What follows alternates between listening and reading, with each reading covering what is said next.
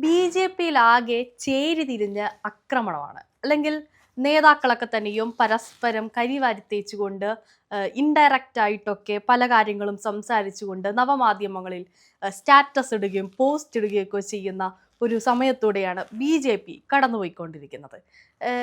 ഇപ്പോൾ ഫണ്ട് വിവാദം ഏറ്റവും കൂടുതൽ ബി.ജെ.പിക്കകത്തും പുറത്തുമൊക്കെ വലിയ ചർച്ച ആകുന്ന ഒരു സമയവും കൂടിയാണ്. ബി.ജെ.പിയിലൊരു വിഭാഗീയത കാണുന്നില്ലേ? ഉറപ്പായിട്ടും ഇപ്പോൾ കുറേ നാളായിട്ട് ഇപ്പോൾ നമ്മൾ കോൺഗ്രസ്സിലാണ് ഇത് കണ്ടുകൊണ്ടിരുന്നത്.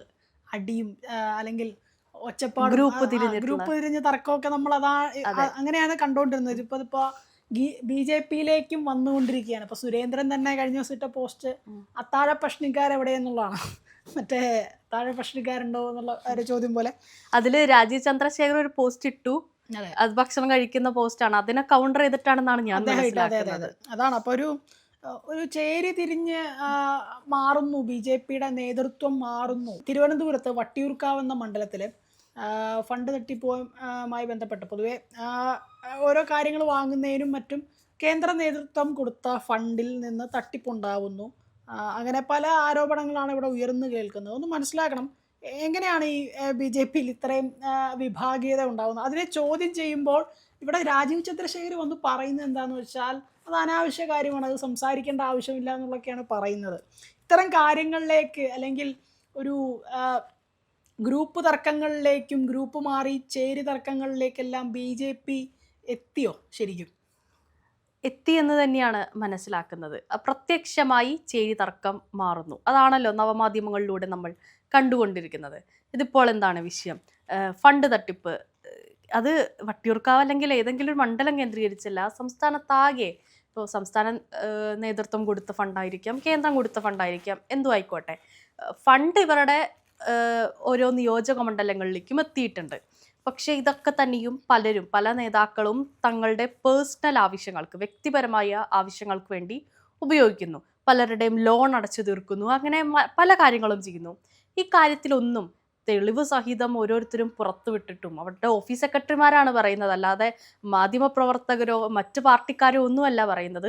ഒരു ഓഫീസ് സെക്രട്ടറി തന്നെ കൃത്യമായി ഇതുമായി ബന്ധപ്പെട്ട് സംസാരിച്ച് മുന്നോട്ട് വന്നിരുന്നു. അപ്പോൾ ഇവർക്കിടയിൽ തന്നെ ഇത്തരമൊരു പ്രശ്നം വളരെ രൂക്ഷമായിട്ടിരിക്കുന്ന സമയത്തും രാജീവ് ചന്ദ്രശേഖരെ നമ്മൾ കാണുന്നില്ല.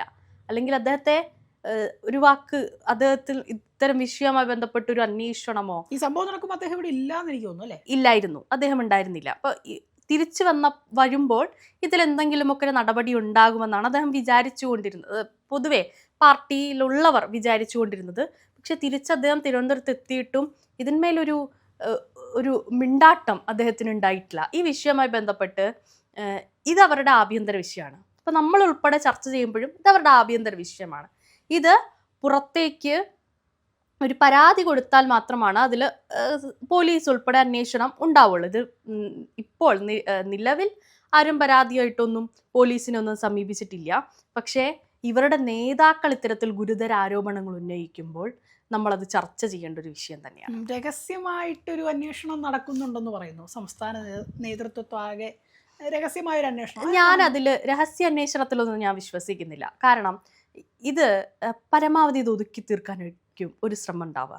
ഇപ്പോൾ രാജീവ് ചന്ദ്രശേഖർ രഹസ്യ അന്വേഷണം ഇപ്പോൾ നടത്തുന്നുണ്ടെങ്കിൽ മുന്നേ തന്നെ അദ്ദേഹത്തിന് എന്തെങ്കിലും രീതിയിലുള്ളൊരു നീക്കം ഉണ്ടായിരിക്കണമായിരുന്നു. അതായത് പരിശോധിക്കണം, ആരൊക്കെ ഈ ഫണ്ട് തട്ടിപ്പ് നടത്തിയിട്ടുണ്ട്, ഏതൊക്കെ നേതാക്കളാണെന്നൊക്കെ പരിശോധിക്കണം എന്നുള്ള കൃത്യമായൊരു നിർദ്ദേശം ആളുടെ ഭാഗത്തുനിന്ന് വേണമായിരുന്നു. അത്തരത്തിലൊരു കാര്യമായിട്ടുള്ളൊരു നിർദ്ദേശങ്ങളൊന്നും തന്നെ രാജീവ് ചന്ദ്രശേഖറിൻ്റെ ഭാഗത്തുനിന്ന് ഉണ്ടായിട്ടില്ല. അപ്പോൾ അമിതമായി ഈ ഫണ്ട് ഇവരിലേക്ക് എവിടെ നിന്ന് എത്തുന്നു എന്നുള്ളതും നമ്മൾ ചർച്ച ചെയ്യേണ്ട ഒരു വിഷയമാണ്. അപ്പോൾ ഇലക്ട്രൽ ബോണ്ട് ഉൾപ്പെടെ നമുക്കറിയാം, ഇതൊക്കെ വലിയ വിവാദമായിട്ടുള്ള ഉണ്ടായിരുന്ന ഒരു കാര്യമൊക്കെയാണ്.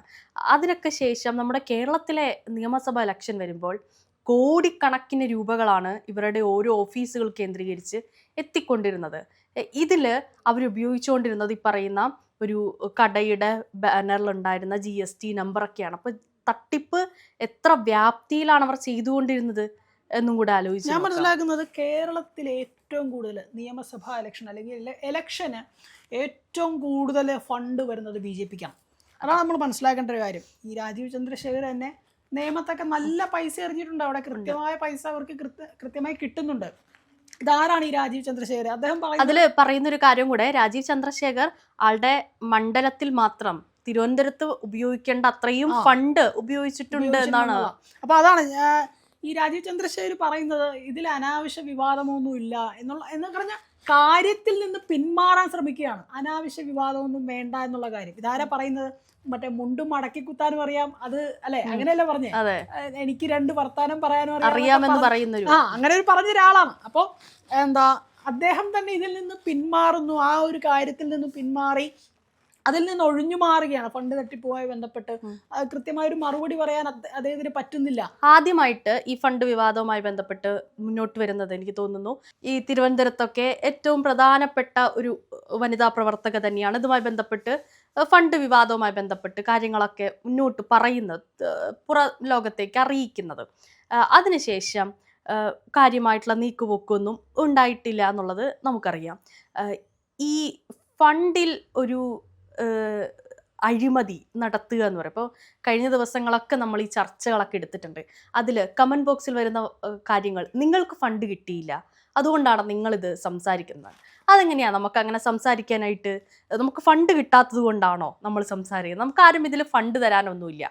നമ്മളിവിടെ സംസാരിക്കുന്നതിൻ്റെ പ്രധാനപ്പെട്ട കാര്യം അഴിമതി ഇല്ലാത്ത ഒരു പാർട്ടിയാണ് BJP എന്ന് പറയുന്നിടത്താണ്. അതെ, അഴിമതി മുക്ത ഭാരതം എന്നാണ് പറഞ്ഞു വെക്കുന്നത്. അതെ, അത്തരം ഒരു പാർട്ടിയാണ് കേരളത്തിൽ ഇത്തരത്തിലൊരു അഴിമതി നടത്തിയിരിക്കുന്നത്. അപ്പോൾ ഒന്ന് ആലോചിച്ച് നോക്കുക, തിരുവനന്തപുരം കോർപ്പറേഷൻ അവർക്കാണ്, അങ്ങനെ പല സ്ഥലങ്ങളും, ഇപ്പോൾ തൃപ്പൂണിത്തുറ അവരുടെ ഉണ്ട്. കേരളം ഇവർ പിടിച്ചാൽ ഏത് നിലയിലായിരിക്കും ഇവർ കേരളത്തെ നോക്കിക്കാണുക? കേരളത്തിലെ ഫണ്ടുകൾ ഇവർ എങ്ങനെയായിരിക്കും വിനിയോഗം ചെയ്യുക? അതുകൊണ്ട് തന്നെയാണ് നമ്മൾ ഈ നിരന്തരം ഇക്കാര്യങ്ങൾ സംസാരിച്ചു കൊണ്ടിരിക്കുന്നത്. അല്ലാതെ നമുക്കാർക്കും ഫണ്ട് എവിടെ നിന്നും കിട്ടിയിട്ടൊന്നുമല്ല, അല്ലെങ്കിൽ കിട്ടാനും പോകുന്നില്ല. നമുക്കതിൻ്റെ ആവശ്യവുമില്ല. നമ്മളിത് നിരന്തരം സംസാരിക്കുന്നതിൻ്റെ കാര്യം തന്നെ ഈ അഴിമതി രഹിത പാർട്ടി എന്ന് പറയുന്നത്. ചിലപ്പോൾ ഈ വീഡിയോയുടെ അടിയിൽ ചിലപ്പോൾ കമന്റ് വരും കേട്ടോ, ശ്രദ്ധിക്കണം കേട്ടോ. അഴിമതി രഹിത പാർട്ടി എന്ന് പറയുന്നിടത്ത് നിന്ന് കേന്ദ്രം ഭരിക്കുന്ന ഒരു പാർട്ടിയാണ്. നിസ്സാര പാർട്ടിയൊന്നുമല്ല, നിസ്സാര പാർട്ടിയല്ല, നമുക്കൊട്ടും നിസ്സാരമായി തള്ളിക്കളയാൻ പറ്റുന്ന ഒരു പാർട്ടിയല്ല. ആ പാർട്ടിയാണ് ഇത്തരത്തിൽ അഴിമതി നടത്തിയിരിക്കുന്നത്. അതും അവരുടെ സ്വന്തം ഫണ്ട് ഇത്തരത്തിൽ തെറ്റായ രീതിയിൽ വെട്ടിപ്പും തട്ടിപ്പും ഒക്കെ നടത്തിയിട്ടുണ്ടെങ്കിൽ കേരളത്തിലെ അവസ്ഥ എന്തായിരിക്കും? ഇവരുടെ കയ്യിലേക്ക് ഭരണം കൊടുത്തു കഴിഞ്ഞാൽ ഉറപ്പായിട്ടും ഈ നമ്മളുടെ ഭരണത്തിൻ്റെ ഇവരെങ്ങനെയായിരിക്കും ഇതിനെ കാണുന്നതെന്നുള്ളതാണ്. ഇപ്പോൾ ഒരു കൺസ്യൂമർ സ്റ്റേറ്റ് ആണ് കേരളമെങ്കിലും കേരളത്തിലെ വരുമാനങ്ങളെ ഇവരെങ്ങനെയായിരിക്കും നോക്കിക്കാണുന്നത്, അല്ലെങ്കിൽ വരുമാന തട്ടിപ്പുണ്ടാക്കാൻ ഇവർ നിരവധി കാര്യങ്ങൾ ശ്രമിക്കുമെന്നുള്ളതും നമുക്ക് ഇതിൽ നിന്ന് മനസ്സിലാക്കാം. അതുമാത്രമല്ല, ഈ ഒരു വിഷയവുമായി ബന്ധപ്പെട്ട് ഇപ്പോൾ കോർ കമ്മിറ്റി വിളിച്ചിരുന്നു. ഈ കോർ കമ്മിറ്റിയിൽ വി മുരളീധരനും കെ സുരേന്ദ്രനും ഒന്നും ക്ഷണിച്ചിട്ടില്ല.